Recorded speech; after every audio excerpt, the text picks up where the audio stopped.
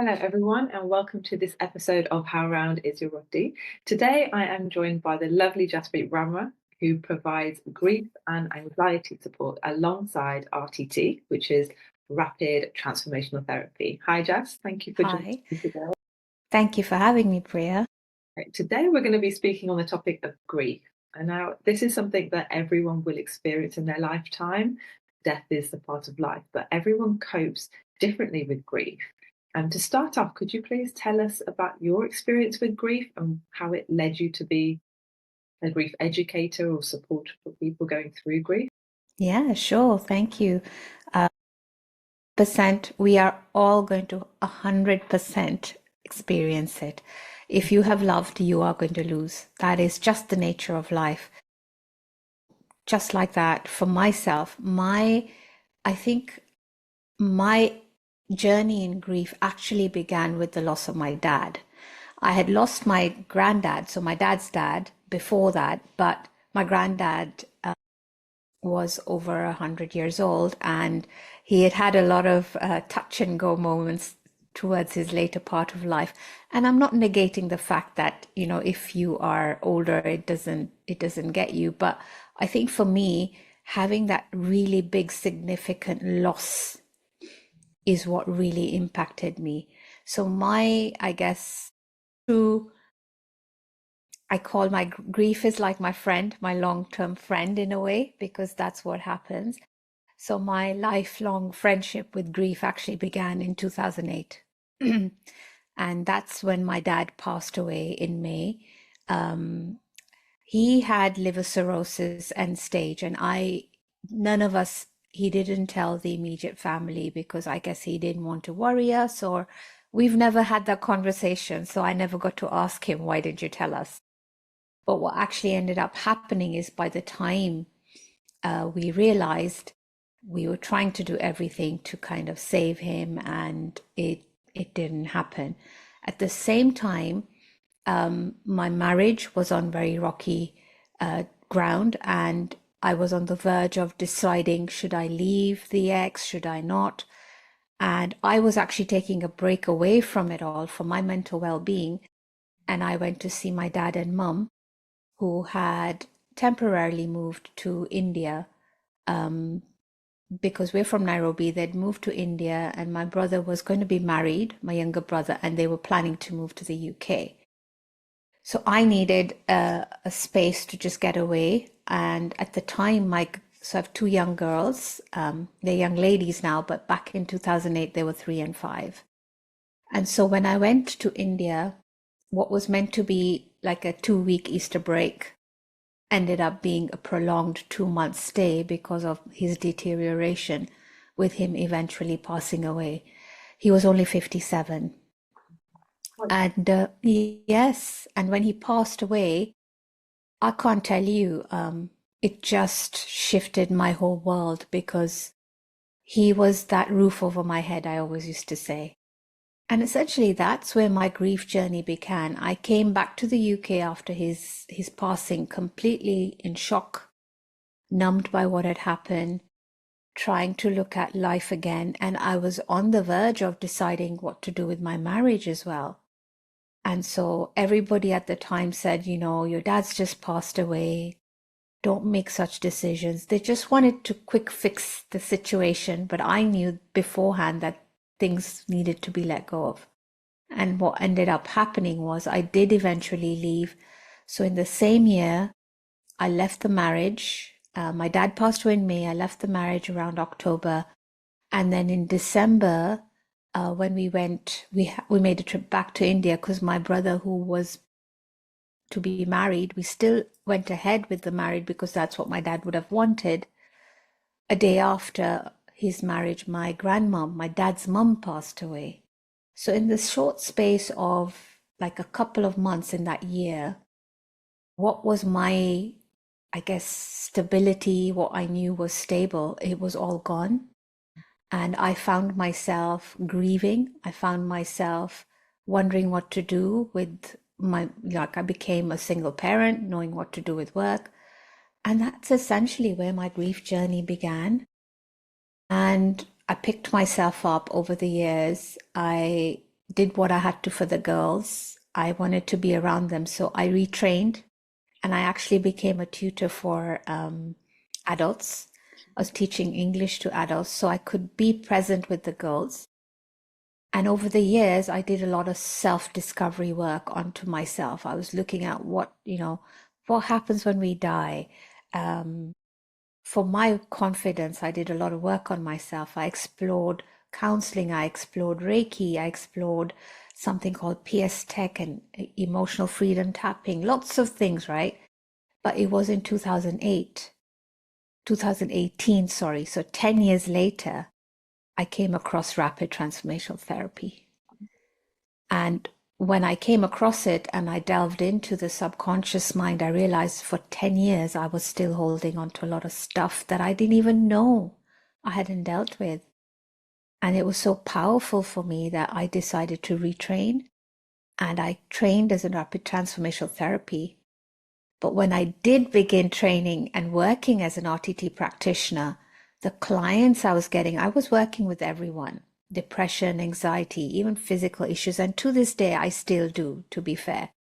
But what was happening in the work and in the RTT, people were addressing unexpressed grief.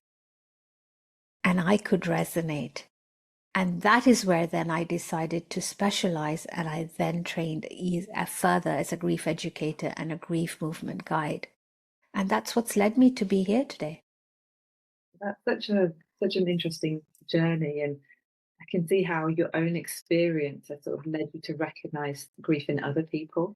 Yeah, that's what happens because you have somebody coming to you for help with like their confidence or even some of their physical issues. And when you are in that state of guided hypnosis in therapy, you find that the client's going back to address the grief around a grandparent who they lost when they were 3 or 4 years old, and they didn't actually get to express what happened. You find that they're going back to the grief and loss of like a relationship, even though they have done the work. But that grief they experienced over the loss of their identity, the loss of the future of the relationship. So I could see it. I could see that this was something that was unexpressed. And they held a lot of guilt because when we have grief and loss, we move forward. People say we move on. I don't like to use the word move on. We move forward, and inside you're still holding on to, oh my gosh, I should have done better. Or I should have, for me, it was, I should have, known more. I should have got more help. Or I shouldn't have been so harsh with my dad. I shouldn't have done XYZ. And that guilt was still sitting inside. And so I could see that coming up for others. And is it, would you say, a symptom of society and how we handle grief when someone passes away that years later it's still unexpressed or still with us in some way? It manifests its way as a different form. Like you said, some people come with pain or they'll come with another issue, but really it's the grief. Do you think it's something about the way that we deal with grief at the time? I think our society as a whole needs to be more grief literate. I completely agree with that. Um, we're very busy nowadays. So, on a practical level, and that's kind of also what happened with me, I had to kind of I'm not saying that you take, months and months and months to kind of snap out of it or something. You can't rush this. But at the same time, with the proper help, with the proper giving it like a dedicated space, allows you to go out of the pain by going through the pain a bit quicker. So you'll still hold on to the grief. So what we tend to do as a society, we have the rituals we have after. So if we look at the loss of a loved one, we all have certain rituals, and we do a lot of things that we do around mourning. So mourning is what we do on the outside, right?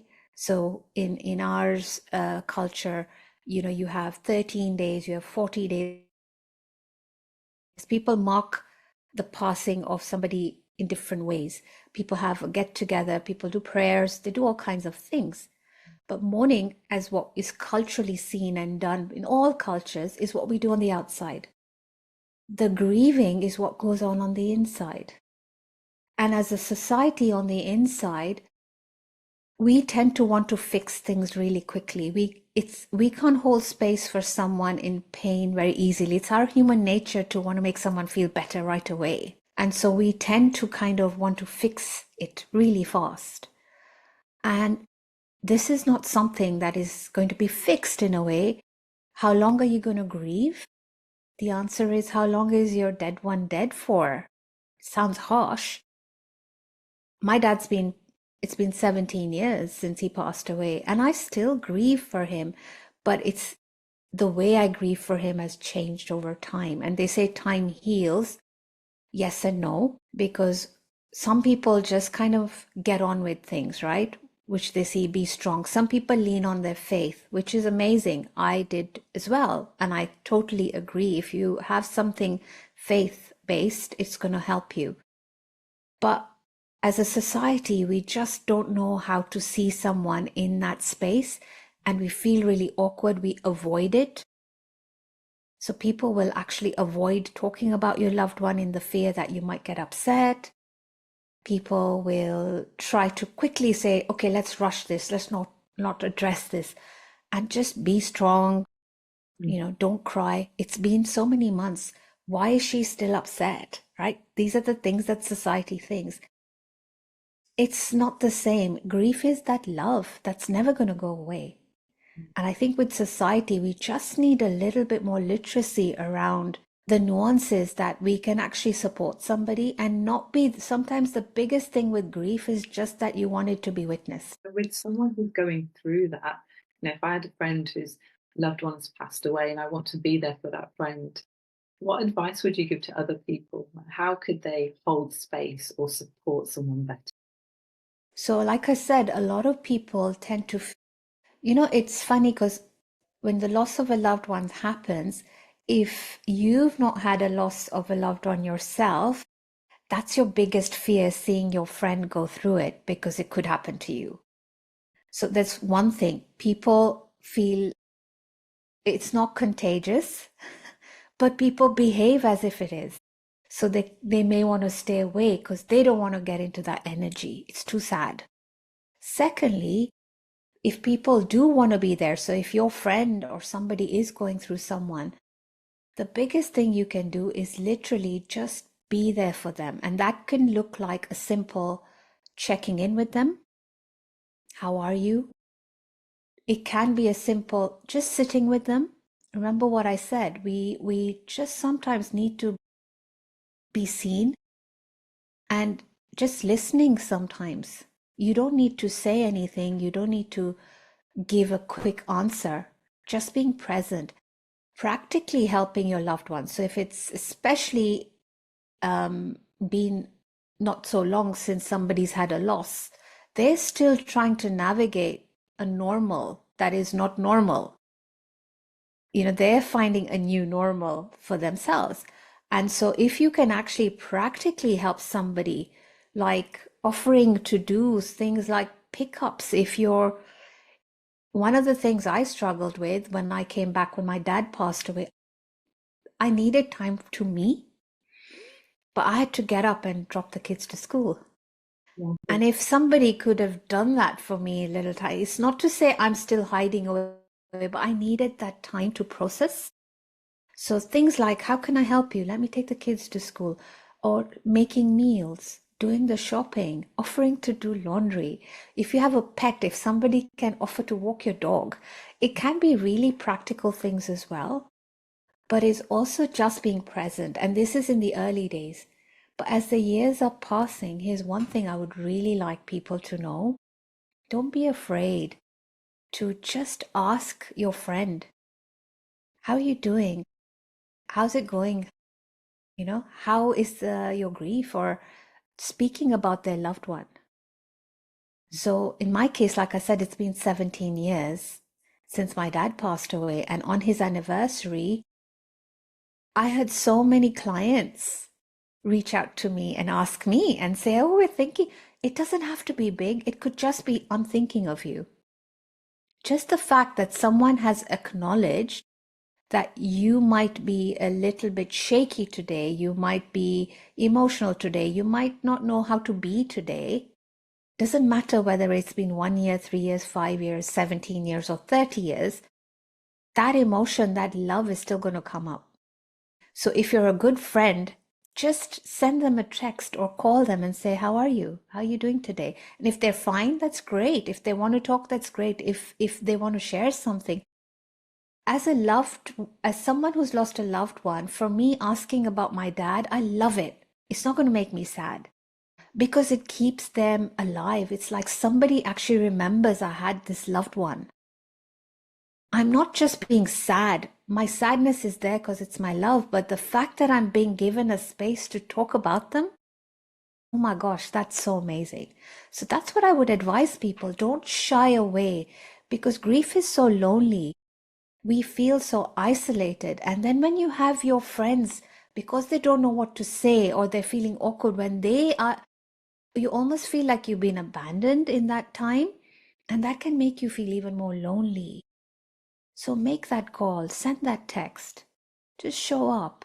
That's my advice. People involved in your life. And I suppose it's that lonely because if you're going through it and the other people around you haven't had that relationship, they can sometimes feel like they don't understand what you're going through, especially if they haven't, like you said, gone through grief themselves. Have you found, especially within the South Asian community, there's a different way when someone passes away, there's a different way that girls are treated rather than boys? Have you found that within grief or within the ceremonies? Yes, within ceremonies, 100%. My own experience, I don't know if it's any different today where girls are standing up, but so in terms of ceremonies, when my dad passed away, um, we were in India, like I said, and the actual ceremony, we had the traditional funeral with the wood, with the pyre, funeral pyre. And um it was our first time, right? Like when my granddad passed away, I was in the UK, he was in Nairobi. So I hadn't actually seen up close a funeral for me. For me, first experience up close was my own dad, right? Where it actually impacted. And I am the eldest of three siblings. I have two younger brothers. In my family and my upbringing, my dad never ever distinguished, my dad, my mom never distinguished what opportunities we had. I was never treated as if you're a girl, you can't do this. In fact, I'm the first from my family from Nairobi to have been I was sent to Canada to study. That's a big deal, right? That's a really big deal. So there was none of that. And even when I went to India with my girls to visit him and I found he was sick, I kind of my brothers weren't there. I went to visit my parents, and that's when everything started going downhill for him. So I was at the forefront of his, I guess, the medication, the doctors, the hospitalizing. I knew everything. I was the person who knew what's going on. My brothers came when they found out he was really unwell. They were there, but they were still kind of taking from me what was happening. I was updating them. So it's like I kind of took charge because my mum was there looking. I remember I had two kids. Someone was looking after the girls. It was really crazy. And this is back in the day, 2008. We didn't have smartphones. Remember, internet wasn't at the tip of our fingers. So all this knowledge that we have today, I didn't have it. I didn't know what cirrhosis was, liver cirrhosis, until I had to like ask somebody. Funny, right? I mean, you think you'd know more, but I didn't. I thought it was psoriasis because they sound similar. And I had heard the term psoriasis because when my granddad was sick, that's a skin condition. And I was like, why does my dad have And then I realized, oh my gosh, this is cirrhosis. It's complete. So I had been that number one forefront runner for his journey up until even his death. When he died, I organized the ambulance that brought him back from Delhi to Amritsar. So suddenly what happened when his day of the funeral came, I understand naturally when they were going to do the final rites and they were washing his body. I wasn't there. That's fine. I get that. But on the actual funeral, they said, "Who's the eldest son?" Mm. And they asked my brother, who is the middle brother, to do something with like a pot, and they went round, which I didn't know. We were just being told what to do. We were following. And it kind of initially hit me. I said, oof. I stood there and I was like, it came up in me as a girl, as a daughter who's always been told we're equal. It was like I was looked over. I felt that way. That's tradition. Maybe they didn't intend to, but I did feel that way. Then when it came time to actually light the funeral pyre, they called on the boys. And I was stood at the back and I was thinking, I have been like a boy, almost like them, if not more. This is not right that I get to stand and watch. This is my dad's final thing. I'm definitely going to be a part of it. And I just took a step forward. Nobody said anything. I took a step forward and I put my hand together with my brothers. So three of us together lit that. And when I did that, I heard a few gasps like that. But then it was a good gasp because I realized my aunts and all said, yes, this is right. Because they had seen my journey with my dad. So I'm really glad that they did. But as a society, we tend to not allow women to be in certain places. Now, I'm not knocking tradition because I understand maybe when these were done back in the day, there was a reason why, right? I don't know what the reason is. I'm not researched. But as we've gone forward in society, women are doing a lot of things that men are. Safety of women in that situation is present. You're not traveling miles and miles. Things are more convenient. There's more ease. So women can be involved. And so I decided to change that narrative. And I was like, no, I'm not going to let this. So even in grief, I kind of became the forefront speaker. I do find this difference of girls or men and women. It's not just a grief thing, it's an emotional thing. As a society, the men have been told to man up, to be strong, not to cry, because they are the ones who are like suddenly the men, right? And it applies to grief as well. They have to hold it in. Whereas the women generally will tend to show more emotion. We tend to speak more as well.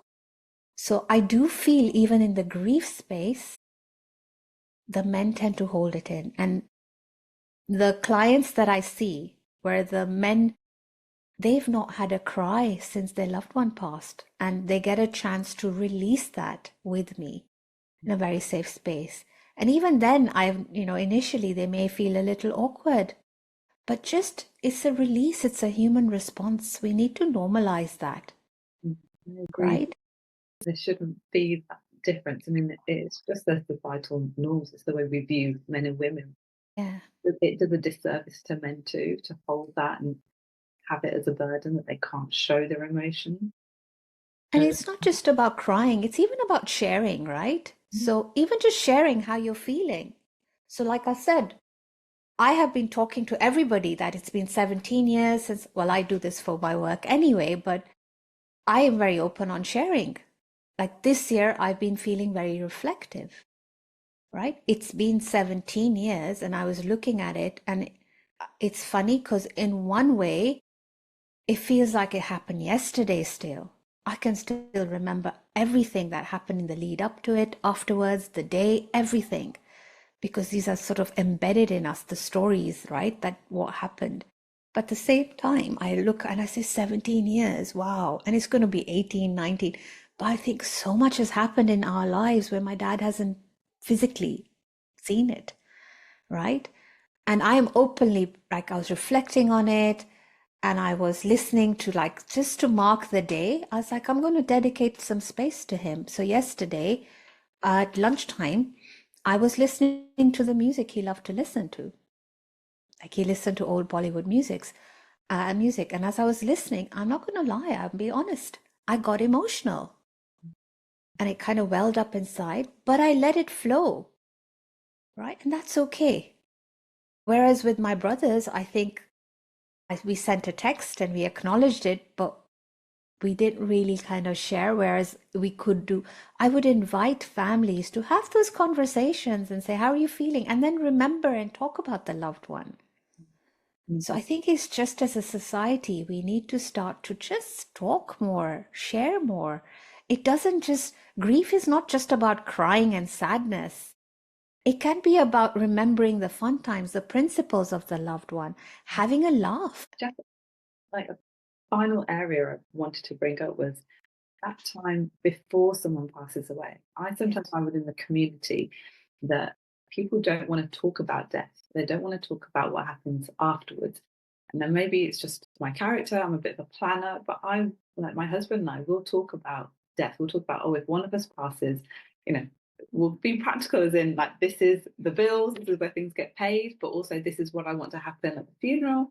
You know, I know that he's an organ donator. So we have these conversations, but I find that it's harder to have with different people, with other people in the family, that it's a conversation people shy away from. Like you said earlier, oh, death might be contagious, but it's not. I find it quite refreshing to have those conversations and to just be aware of what people want.